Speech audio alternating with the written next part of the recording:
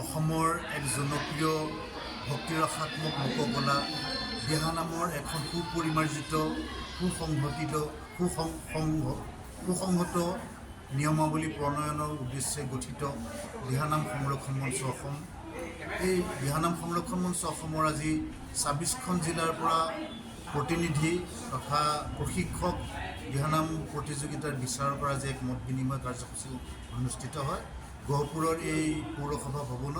আজিৰ অনুষ্ঠানটোৰ প্ৰাক মুহূৰ্ততে বন্তি প্ৰজ্বলন কৰে গহপুৰৰ মহকুমাধিপতি শ্ৰদ্ধেয়া বৰা বাইদেৱে আৰু এটি বৰগীতেৰে অনুষ্ঠান আৰম্ভ কৰা হয়। গহপুৰৰ স্থানীয় বিধায়ক জনপ্ৰিয় বিধায়ক মাননীয় শ্ৰীযুত উৎপল বৰা ডাঙৰীয়াই সভা উদ্বোধন কৰে। তাৰপিছতে আমাৰ অসমৰ দিহানামৰ এক বিদগ্ধ পণ্ডিত শ্ৰদ্ধাৰ শ্ৰীযুত মুনীন বৰা ছাৰে আজি এই গোটেই অনুষ্ঠানটো সঞ্চালনা কৰে। আৰু অতি আশ্চৰ্যকৰ বিষয় যে প্ৰতিখন জিলাৰ বিদগ্ধ পণ্ডিত প্ৰশিক্ষক আৰু বিচাৰকসকলে অতি আন্তৰিকতাৰে এই মত বিনিময় অনুষ্ঠানত অংশগ্ৰহণ কৰে আৰু শ্ৰদ্ধাৰ বৰা ছাৰৰ সঞ্চালনাত এখন সুন্দৰভাৱে আজি মত বিনিময় অনুষ্ঠান সম্পাদিত হয়।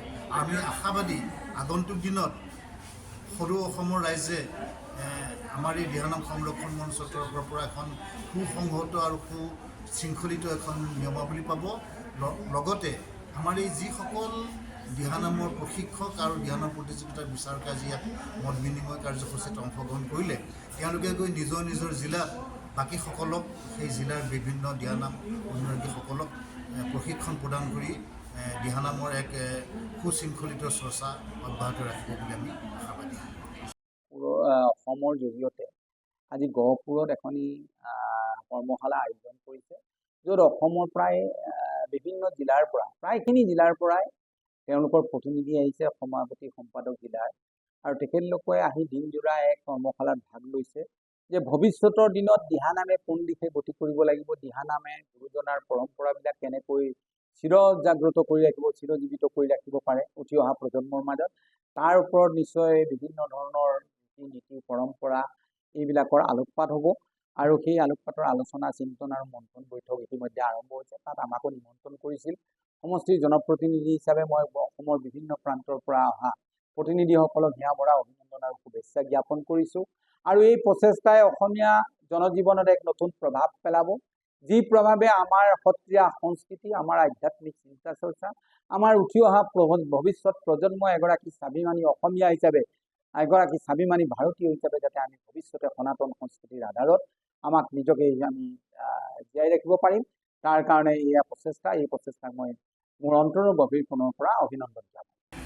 সকলোকে মই মোৰ আন্তৰিক শ্ৰদ্ধা কৃতজ্ঞতা নিবেদন কৰিছোঁ। সঁচাকৈ ভাল লাগিলে আজি বিশ্বনাথ জিলাৰ সমিতিৰ আতিথ্যত, বিশেষকৈ দিহানাম সংৰক্ষণ মঞ্চ অসমৰ যি মত বিনিময় অনুষ্ঠান খুব সুন্দৰকৈ সম্পাদন হৈছে। গতিকে মই ভবা নাছিলোঁ যে এনেধৰণে এটা অনুষ্ঠান আজি ৰূপায়ণ হ'ব।